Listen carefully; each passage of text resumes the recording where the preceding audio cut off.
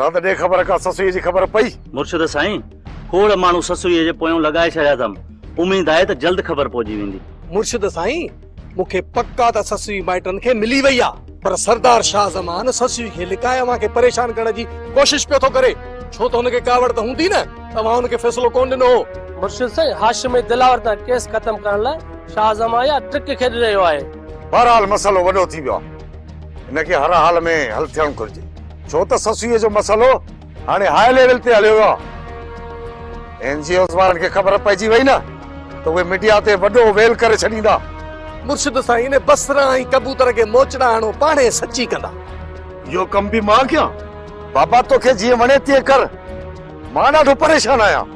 छो त मुंहिंजी पार्टी मुखे इस्लामाबाद तलब कयो आहे। या सजी बाय सरदार शाह जमान वारा या वट ससुई हुंजी आ त मां वापस क्या? मुखे समझ में नथो अचे त मां छा क्या? मुर्शिद साईं, अॼु खां ई असां ससुई तलाश तेज था कयूं। अलाह कंदो ॾींहं ॿिनि में मसलो हल थी वेंदो। ठीक आहे, तव्हां पंहिंजे कम सां लॻी वञो। मां इस्लामाबाद वञण जी तयारी कयां।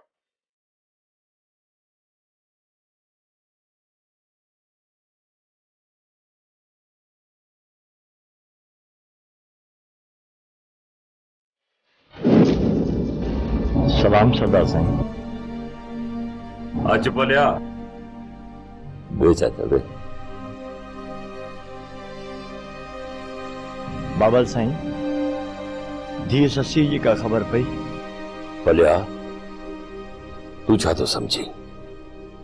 मां हथ ते हथ रखी वेठो आ। मां कल पे इन पीर करामत जा कन गढ़ा करे आयो आहियां, पर यो पीर करामत वड्डो को नौता कूड़न जो सरदार आ, वड्डो को ठग आ। असल गाल खे न समझे तो न मञे तो। पर पलिया खान, तू सब रखो कम वट, दिल जाया कर। ये सरदार शाह जमान चुप करे न विया तो मां कुछ न कुछ कया तो। ऐं हा पलिया, ॿी हिकिड़ी अहम ख़बर है। बसरा ही कबूतर के तो सुञाणी न। इहे ॿई पीर करामत जी हवेली जे अंदर कम कन पिया। उन्हनि ॿिन्ही खे सॼी ख़बर हूंदी, पर न असांजी बदनसीबी आहे त उहे लभनी कोन था। सरदार साईं, मुंहिंजी धीउ ससी अलाए कहिड़नि हाल में हूंदी, अलाए जिंदा आहे अलाए न, या पीर करामत उनखे माराए छॾियो। अड़े चरिया, ससुई न्याणी पीर करामत जी हवेलीअ में जिंदा सही सलामत आहे। दिल जाएगा। मां अदालत में वेंदुसि ऐं जल्द ससुईअ खे बाज़ियाब कराए तुझे हवाले कंदुसि। तू फिक्र न कर न, मां वेठो आ न। सरदार साईं, हाशिम ऐं दिलावर जो भला छा थींदो? छा, मां 2 ॾींहं कराची वियो आहियां पंहिंजो इलाज कराइण जे ख़ातिर। पोइ तरह तरह जो अफ़वाहूं फैलाई त सरदार कराची वञी वेही रहियो। भाड़िया सरदार हूंदा, ही सरदार शाह ज़माना जेको वाइदे जो पक्को ऐं कोल जो सचो आहे। पलिया, तू फिक्र न कर। मूं चयो न, वॾी ज़ात अलाह जी आहे, उन मां उम्मीद न लाए, आसरो न लाए, बेफिक्र थी मुंहिंजी विहाणे खे टेक ॾेई सुम्ही पओ।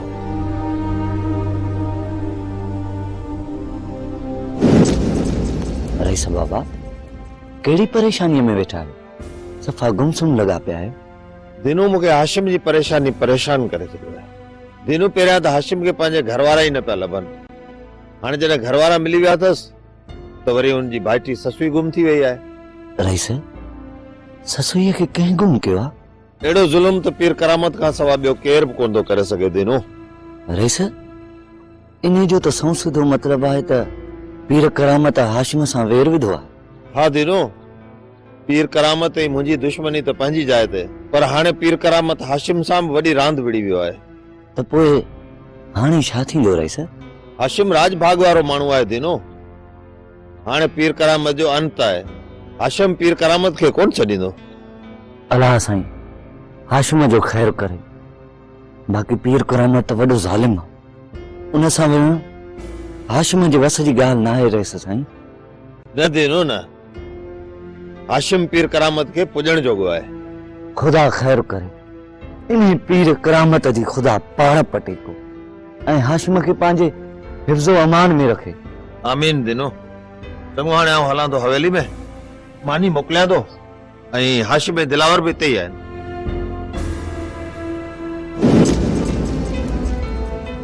अदी तू भेण वेठी आई, मुझे पेट में अणबी दाल का सवा ॿियो कुझु बि कोन्हे। न मां कंहिंजी गिला कया, न मूं कंहिंखां ॾाढ़ी वती आहे। चुप त करे वेहो दहड़ीअ जा पुट। दहड़ीअ जी गणती आ तोखे। मां इन्हे सौदा में आहियां त छोकिरी ससु ही वई त वई काॾे, कैसां वई, कीअं वई, इन्हे हावेलीअ मां हिन खे कढियो कहें। वार पैस का लौंग फ़कीर खे असांखे कन न जन हणी इल्ज़ाम असांखे काठ विझराए चई।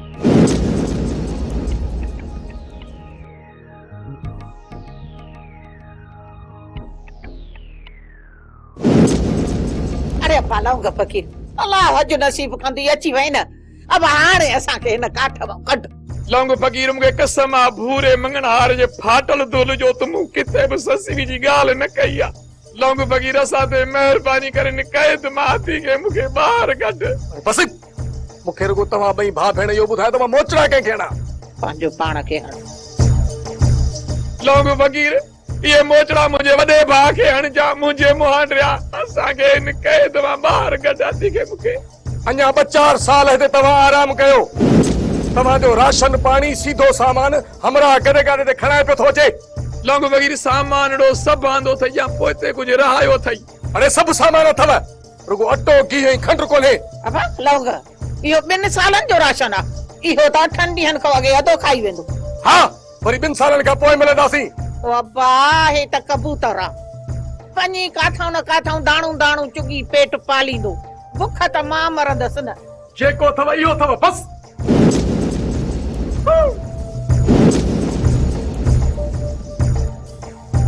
अरे लौंग फ़कीर, चल का हाचा पवंदई, ख्वार ख़राब थींदे। चल मुंहुं ॾेखारण जहिड़ो न रहंदे, हवेलीअ में जाइ त न मिलंदई, पर कबर बि जाइ न ॾींदई। असां सां ज़ुल्म करे छॾी। काॾे वञा?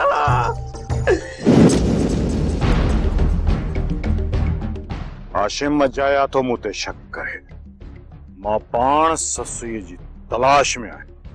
रईस, हाशिम जो तो ते बि एतिरो ई शक आहे एतिरो पीर करामत ते अथसि। हाशिम जो दिमाग़ ख़राब थी वियो आहे। हाणे ससुई जो पहिरों मां खणंदुसि।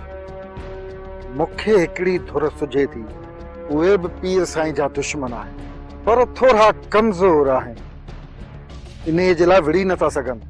थी सघे थो त इहो दाव उन्हनि कयो हुजे। वारो कर मामा साईं, तूं ई मूंखे ससुई तलाश करे ॾे।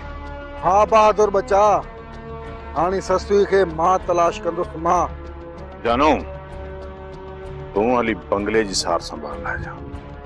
असां वञूं था ससुई जी ॻोल्हा में। ठीकु आहे रईस, तव्हां भली ससुई जी तलाश में निकिरो। बाक़ी जेकॾहिं हिते हाशिम आयो न, उनजा मां ऐं अली गुल आंडा कढी छॾींदासीं। बाबा हल त हलूं। तो भाई लोग फकीर बसरा कबूतर कुछ बुधाइन था जा जबान बंद थन। मुर्शिद साईं, रोज राड़ो ॾाढो अथनि, पर ॿुधाइनि कुझु बि कोन था। भली बचार ये बुखूं काटन वो पाण ही बुधाइंदा। मुर्शिद साईं, मुराद ऐं अहमद जी ॻाल्हि में वज़न आहे। सरदार शाह ज़मान दिलावर ऐं हाशिम खे बचाइण लाइ ससीअ खे गुम कयो हूंदो। ये भी थी तो सके लोग फकीर, छो त हाशिम ऐं दिलावर असांजा 2 माण्हू मारिया आहिनि, जंहिंजे एवज़ में शाह ज़मान चवे थो फैसलो कयो। त पोइ मुर्शिद साईं, तव्हां भली फैसलो ॾियो हाशिम खे। हरगिज़ न। हा, तव्हां बाक़ी ससुई तलाश जारी रखो। लोग फकीर, छा वॾेरे अनवर खां सवा का ॿी अहिड़ी धुर बि आहे जे ससुअ खे कढियो हुजे? मुर्शिद साईं इहा जांच करणी पव। इहा जांच कबूतर ऐं बसरा करे था सघनि। नंग फ़क़ीर, पहिरियों बसरा ऐं कबूतर खां पक कर त इहे ॿई ससुअ खे ॿाहिरि कढण में शामिल आहिनि या न। जेकॾहिं बेॾोही आहिनि त भली इन्हनि ॿिन्ही खे ॿाहिरि कढ त वञी ससुअ खे ॻोल्हनि। ठीक है मुर्शिद साईं।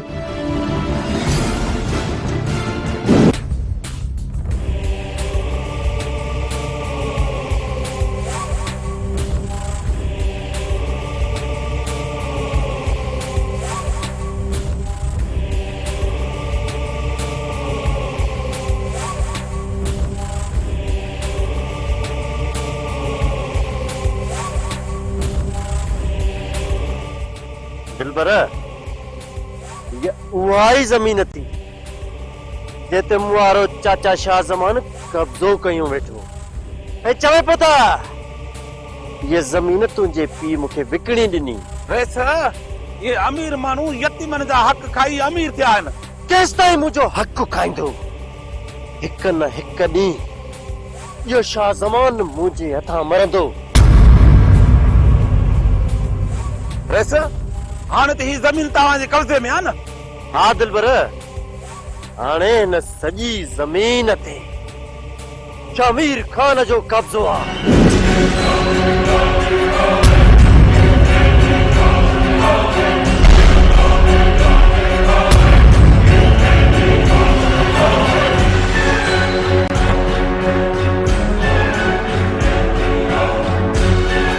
मुझे शाह ज़ेब जा कातिल मोते हथियार सिधा करण वारा बेअदब गुस्ताख अज मरी वे। मां तो जो लाश इन्हीं जमीन में पूरींदुसि जंहिं जमीन ते तो कब्ज़ो कयो आहे।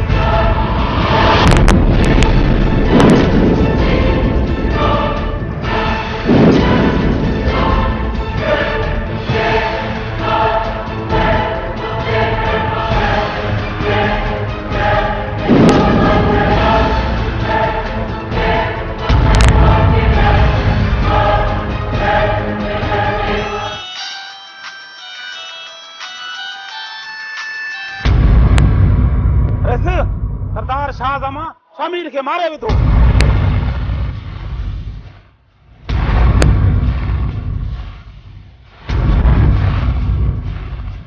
खेलता है रे सर रशो खेर ना है। शाह जमान सा मल वड़ी वियो आहे। जल्दी गाड़ी कढ। शाह जमान शामिर के मारे हलियो वियो आहे। अज शाह जमान के नाहे छॾणो शाह। हजूर रे सर। हाशिम मुशामीर जो गंदो वजूद न धरती तो मिटाए छॾियो आहे। छा बाबल साईं, तव्हां शामीर जो खून करे छॾियो? उम्मीद त पूरी अथम जो शामीर कोन बचंदो। पूरा 3 कारतूस सीने में ठोकिया थमास। बाबल साईं, इन जो मतलब त अॼु तव्हां शाह ज़ेब जो पलांद करे छॾियो। हा हाशिम, अॼु असां सभिनि जो हां ठहरी पियो आहे। नंढे सरदार शाह ज़ेब जो अॼु पलान पूरो थियो आहे। ठीक है सरदार साईं, असां जांच करे अचो त इहो निभागो मरी वियो या अञा जीअरो आहे। त पोइ ठीकु आहे, तव्हां ॿई जांच करे अचो। अचो हाशिम भाउ।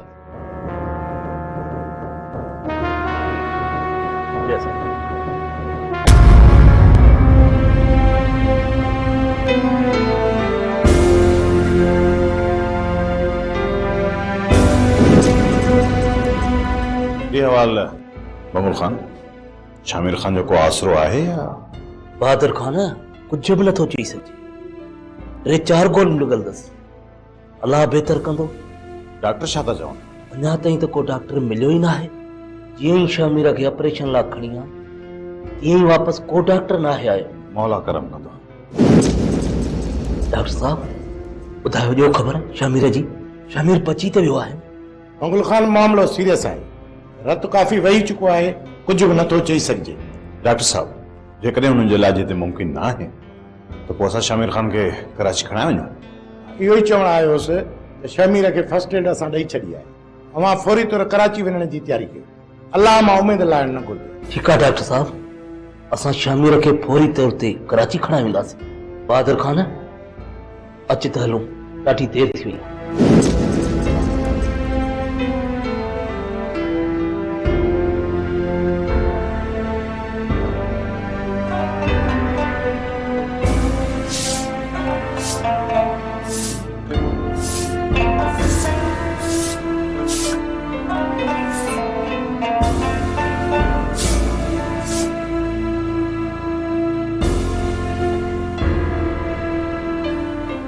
बाबा खैर ता है अज वरी परेशान थो लगी। नेठ सरदार शाह जमान शमीर के मारे छा ओ इते रखीस न बाबा, इहा तो सुठी खबर बुधाई थई। हाँ दा इए त थियणो हुयो न। सियाणन सच चयो आहे जेको इंसान पोखींदो आहे उहो इंसान के लूणो पवंदो आहे। शमीर त अञा आने में पानी हो, पर शमीर के खराब करण वारो संदसि मामू बंगुल खान हो ऐं शमीर जे मौत जो जिम्मेवार बि बंगुल खान ही आहे। बाबा शमीर जा पंहिंजा लक्षण भी खराब हुया। जंहिं रस्ते ते उहो हली रहियो हुयो न उन रस्ते ते अहिड़ा माण्हू ई मिलणा हुया। जेकॾहिं इहो शमीर सिधे रस्ते ते हुजे न त सरदार शाह ज़मान उन खे कॾहिं बि न मारे आ। हाँ सच थी चवी मीरा दी, पर खबर न आहे हाणे छा थींदो। सरदार शाह ज़मान किथे गिरफ्तार न थी वञे। सरदार खे केर गिरफ्तार कंदो? बाबा हितां जी पुलिस सरदार साईं खे गिरफ्तार कोन कंदी। बाबा तव्हां सरदार जो फिक्र न कयो। हितां जो कानून त असां गरीबन जे लाइ आहे। ईअं न आहे मीरा दी, हाणे वक़्तु बंटिजी वियो आहे। कानून सभिनि जे लाइ हिकु जहिड़ो आहे। अलाह कंदो सरदार साईं खे कुझ बि न थींदो। सरदार साईं पंहिंजा मसला पाण हल करे वठंदो। तव्हां हुननि जे लाइ परेशान न थियो। जॾहिं न करे त करे छा। हाँ भाॼाई तूं बि सही थी चवी। चऊं मां न वञा थो। सरदार शाह ज़मान जे ओताक तां वञी वाह सवा लही अचां। ठीकु आहे।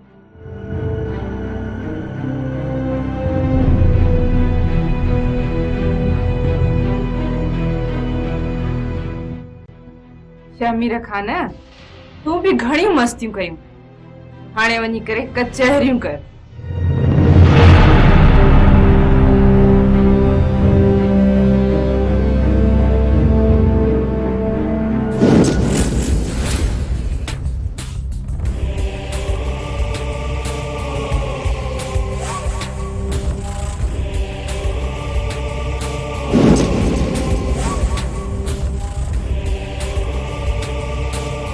बंगुल खान दे हाल वाल शमीर बची वियो या?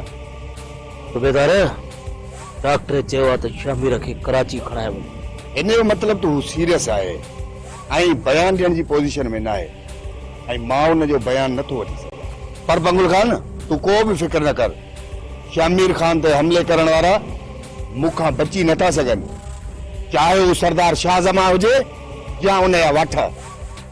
सूबेदार शाह ज़मान जा वाठा न, पर शाह ज़मान खुद गिरफ्तार थियण घुरिजे।